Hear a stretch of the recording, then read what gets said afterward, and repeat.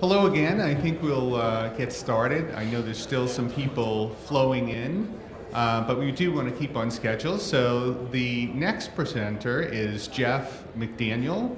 He's the commercial director with Velocys.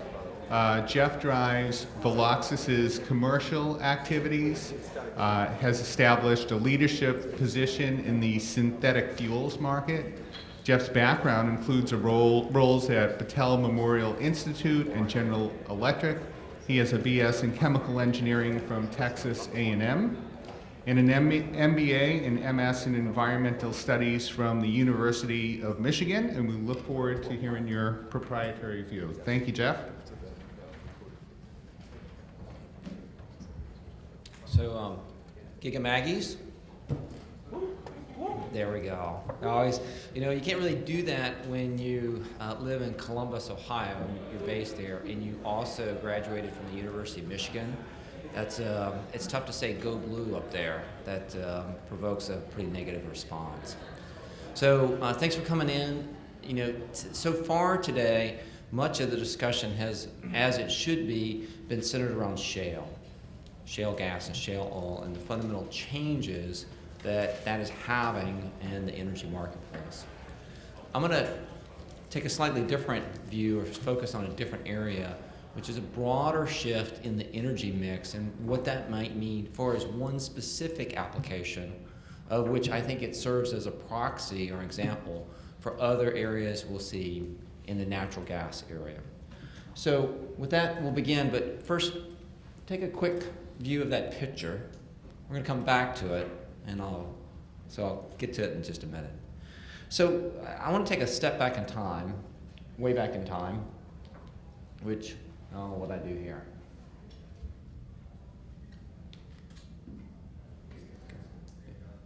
There we go, perfect. Sorry about that. Which, how did our energy mix evolve? Well, it began with coal. Coal's what drove the Industrial Revolution. We love coal. Coal was energy dense, relatively low cost, and easy to move. And while there were several factors that enabled the Industrial Revolution, having inexpensive energy was one of the key elements. Over time, as we all know, it's displaced with oil. Oil, while we still have, as several of the presentations shown today, coal has and will always be an important mix of our energy profile. Oil increasingly became the go-to source, especially for transportation requirements. And one of the common themes was, again, that ability to move it cost-effectively from some point a long ways away to where we needed it. And part of what that enabled was a picture like this, like we showed at the beginning, centralized production. We would move the feedstock to the place, we would leverage economies of scale, and then we would build great big facilities, refineries, power plants, steel mills, etc., where we would use that energy and convert it. But we are going through a very important shift. With shale or without shale, we are moving into an age of gas. Total energy resources that we have discovered and known now for gas exceed those for oil. We passed that tipping point a few years ago. And gas has a number of great attributes. We like the environmental profile, we like many other characteristics, but there's a couple drawbacks. And one that we've talked about a lot today is it's hard to move. We have to build pipelines, we have to liquefy it, we have to compress it.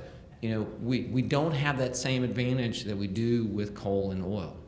So there's a very significant cost, there's significant challenges. You have to commit to long-term agreements.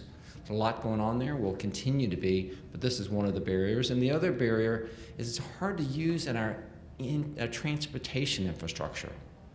Our engines, our filling stations, our pipelines, the way we get the fuel to the spot is predominantly based on petroleum liquids. Yes, we definitely see the growth of CNG and LNG here in the U.S. and many other places, but those changes, those infrastructure changes, cost billions. And so in parallel to those activities, we see another option. And that option is, instead of having to physically convert the gas in order to move it, we chemically transform the gas. With CNG, we're just compressing the gas. With LNG, we're cryogenically cooling it to liquefying it. With the gas-to-liquids process, we fundamentally change the molecules into something that looks like the fuels and products that we use today that are established in the petroleum infrastructure. There's a couple steps there. First step is what they call reforming, to bust up that methane molecule. What our company has developed, and I'll talk just a little bit more, is a proprietary way to then rebuild those molecules into longer chain hydrocarbons.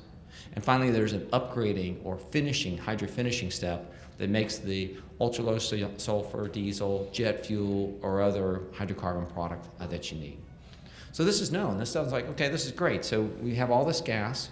We'd like to have it in a liquid form that we can use somewhere. Why don't we do a lot of this? And we do some of it today. Today we have about 6 plants on a global basis. We don't have any here in North America that do GTL. But it's a really hard job. There's only 2 companies that have really proven themselves out and have commercial facilities, and that's Shell and Sasol.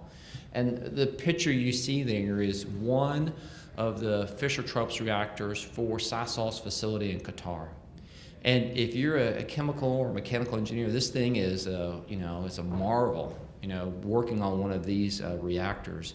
There's only 2 shops in the world that can build this thing. You have to have a special boat to move it. You have to have, only a couple cranes in the world that are big enough to lift it.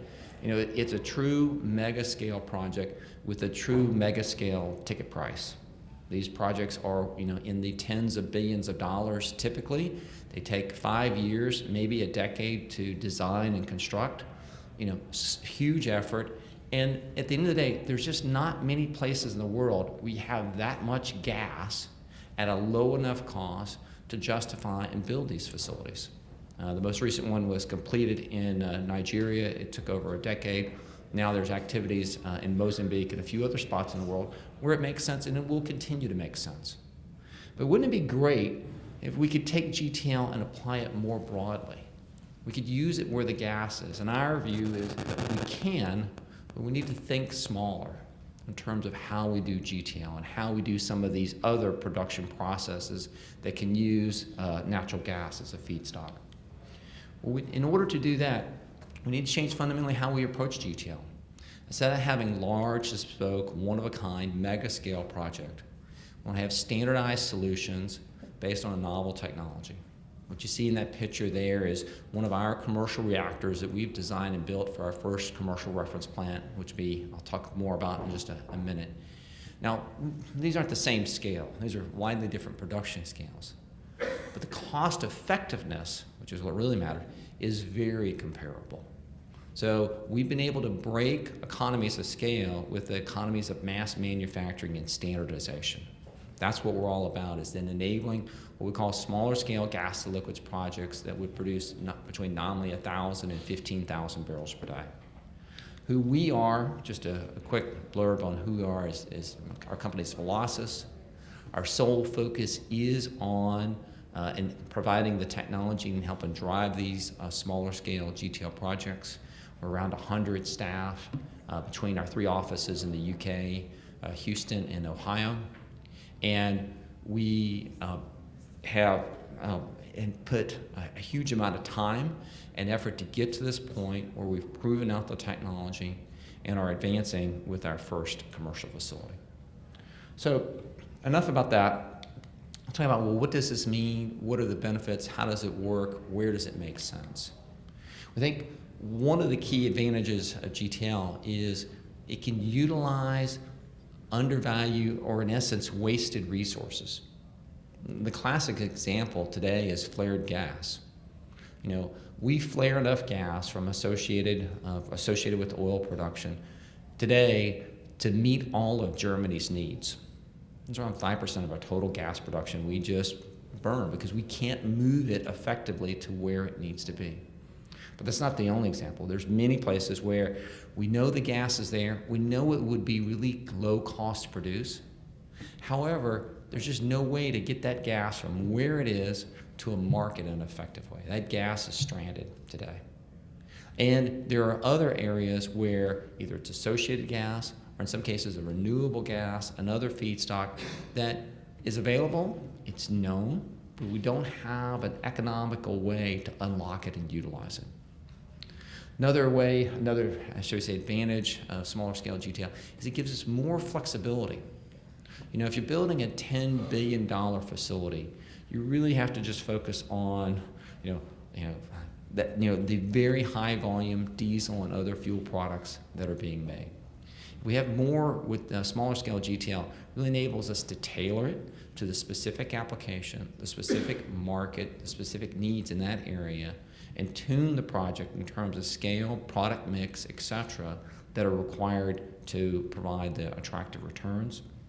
And then finally, it's about being able to greatly reduce the overall time from when you start to when you're in production.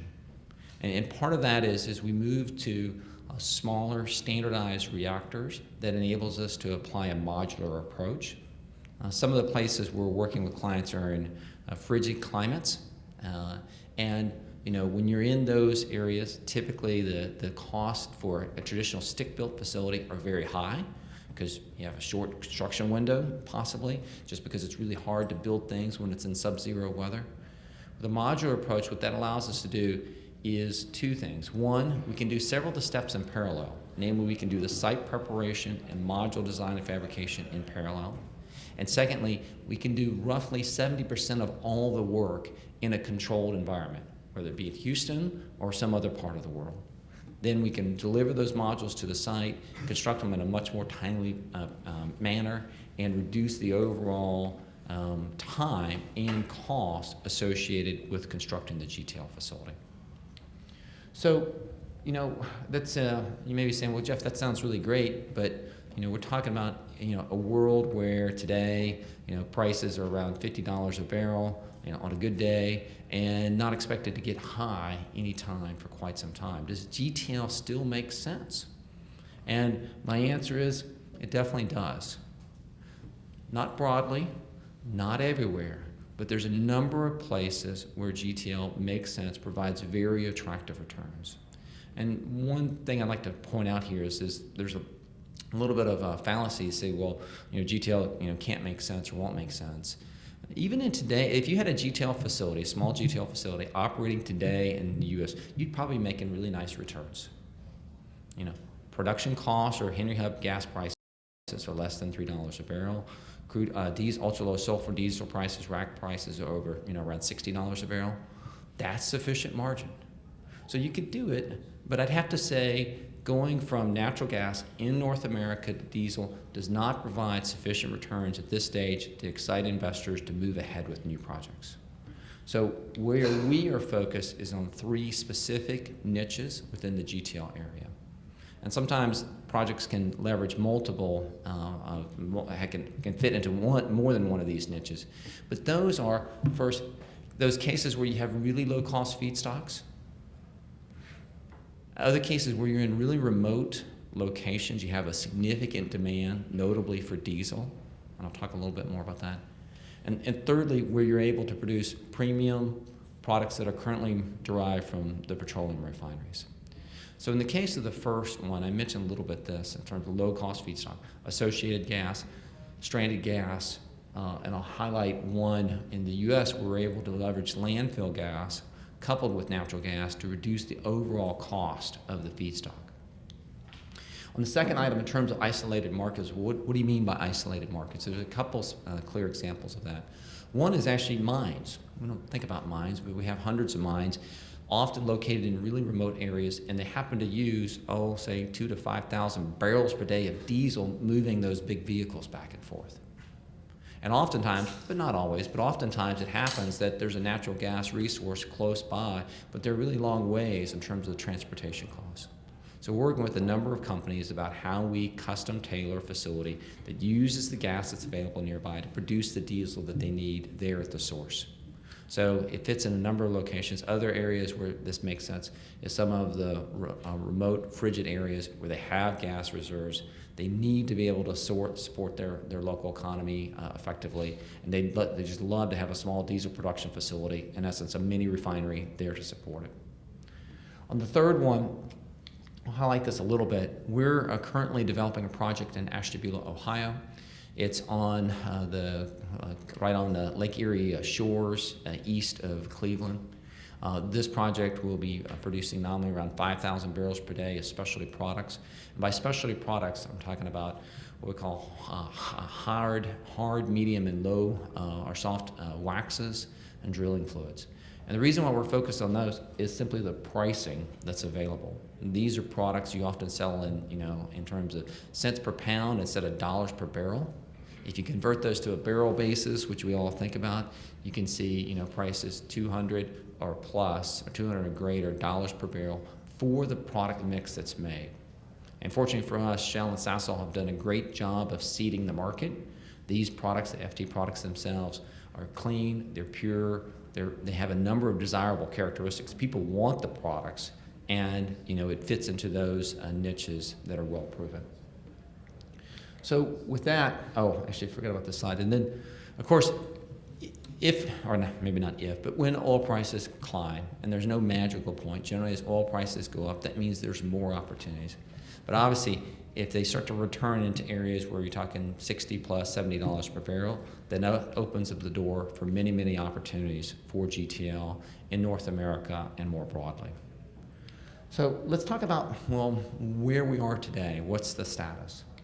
Where Velocys is right now, we've completed field demonstrations in Europe, Australia, Brazil, and we have an operating pilot plant at our facility near Columbus, Ohio.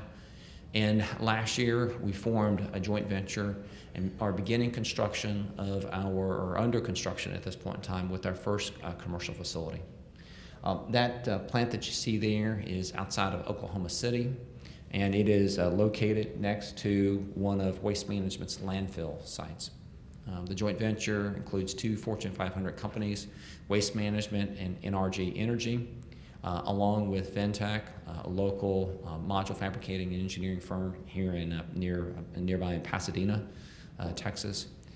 The first plan, or the model that will be leveraged, because we hope this is the first of many, is to leverage landfill gas combined with natural gas. And that combination has some nice benefits. For those of you familiar with landfill gas, it's very discounted, but it's discounted because it's not clean. It's got a lot of impurities, a lot of CO2, it needs to be cleaned up. And then the other nice attribute of landfill gas is it comes with renewable fuel credits. It qualifies for the EPA's renewable fuel credits. So at the end of the day, that basically is a free feedstock, maybe even a subsidized feedstock. But it's not consistent. Every landfill is a little bit different, and if you want to run a GTL plant or any other production facility, you really would prefer a nice, consistent feed stream. So we couple that with natural gas, so that we have an overall total even feed stream that goes into it. Where we are at this point in time is I'll kind of give you a snapshot and show you some pictures of where we are today. So the construction process is well underway. The picture that I showed you before was a couple acres. So it's a fairly small footprint that we have located there. We picked that site in particular because Waste Management had actually been operating their own demonstration plant there for about 3 or 4 years. So they already had very good experience with that site. They already had permits in place. They already had a good characterization of the landfill gas that they were going to be using for the site. And also, fortuitously, there was a pipeline right next door, so we could easily gas pipelines, so we could easily tap into that and kind of achieve our model of leveraging both natural gas and landfill gas for the site. So the site preparation is underway. We have now fabricated and ASTM qualified the reactors that will go into that facility. What we've done, and for the non-engineers here in this room, I won't bore you too much, but the Fischer-Tropsch process that we focus on, kind of the heart of the GTL, is a really tricky reaction. And it's tricky because it releases a lot of heat and it's very temperature sensitive. So what that means is with today's reactor technologies, if you don't do it right, bad things happen. If the temperature's too low, nothing happens. If the temperature's too high, you have byproducts, you have upsets. And so the reason why Sasol and others build these great big reactors is that's the only way they can do it effectively. And they have 2 different styles, and we'll go into those. What we have developed is what we call a microchannel architecture, which has You look at it, it kind of looks like, oh, like a radiator on the inside. Basically, very high surface area, made with basically a tier 1 automotive supplier, using mass manufacturing methods, high-speed welding methods, etc. That allow us to cost-effectively produce a reactor that has great temperature control, great ability to remove the heat, and basically manage this tricky reaction. That's the way we build them, is by cores, and then we add cores within the individual reactor shells. So that's one of the cores.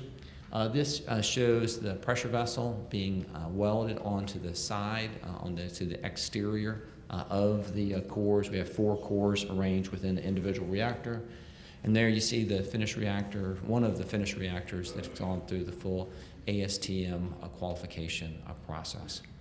And what that size does, and you can see roughly, it's kind of like 4 feet in diameter, 15 feet, 16 feet long. What it enables us to do is now include those modules or those reactors and mount them into truckable modules. These modules, shows the current status from a few weeks ago, are being fabricated, like I said, at the shop at Ventec near Pasadena. Each of those modules, the founder of the company jokes, he says, I'll make any module you want, long as it's 11 feet by 11 feet, 40 feet long, and painted gray. You know, it's like an assembly line. They do the same thing every time. Yes, you adjust the piping, you design the internals the same, but every one of these is going to meet on-the-road specifications, so they can very cost-effectively make them, move them, and install them. So that's kind of where we are today at this point in time in terms of the project. We're expecting mechanical completion early next year, and we'll then move into the commissioning and startup activities at that point in time. So maybe just in terms of a summary, because I'll keep this short and open it up for questions that folks may have. What we see at a very high level is this transition into, what we call an age of a gas. And I think one of the things that would be, in terms of really take best advantage of this new era, is if we can have not just GTL, but a multitude of ways that can leverage that gas, ideally locally, in an area where we can best take advantage of the specific constraints and resources that are available there. So some of the discussions we have with folks are co-locating GTL facilities with existing infrastructure. There's been a lot of discussion about the midstream build-out.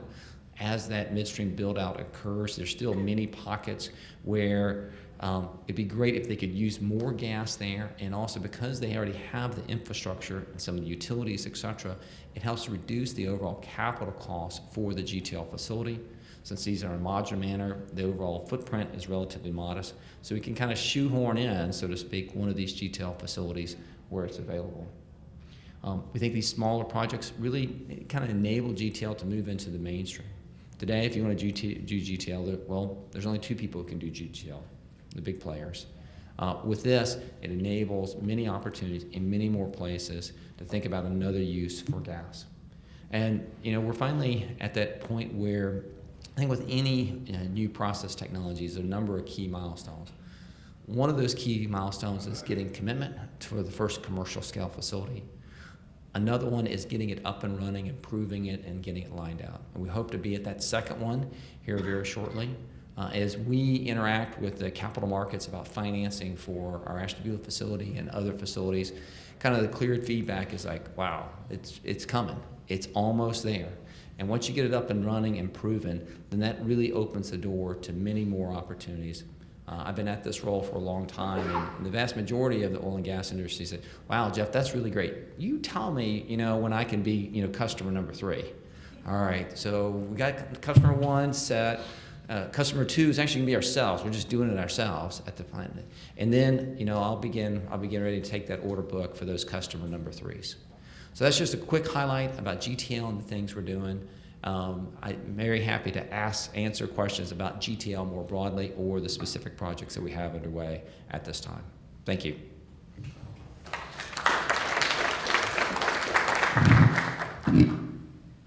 Hey, Mindy. Your arrangement with WM, are they giving you the biogas for free? So we haven't disclosed the commercial terms, but I would say as a general rule, when people give you a resource, they want money for it. So, but I would say, we've worked out what we think is a fair and equitable arrangement, And also I would say if you look in the marketplace for what landfill gas sells for, it always sells at a steep discount compared to natural gas. And so I would expect, whether it's with WM or others, that you would be able to source the landfill gas very cost effectively. To get the renewable fuel credits, do you have some share of biogas to natural gas? Yeah, so actually under the current EPA rules, it's on a pro rata basis. So if 50% of your feedstock is the landfill gas on a BTU basis, then you get 50% of the credit. Two questions. Yep. On slide 23, you kind of skated over the flaring issue, flaring domestically versus globally, right? The sheer amount of PCS that go out. Right.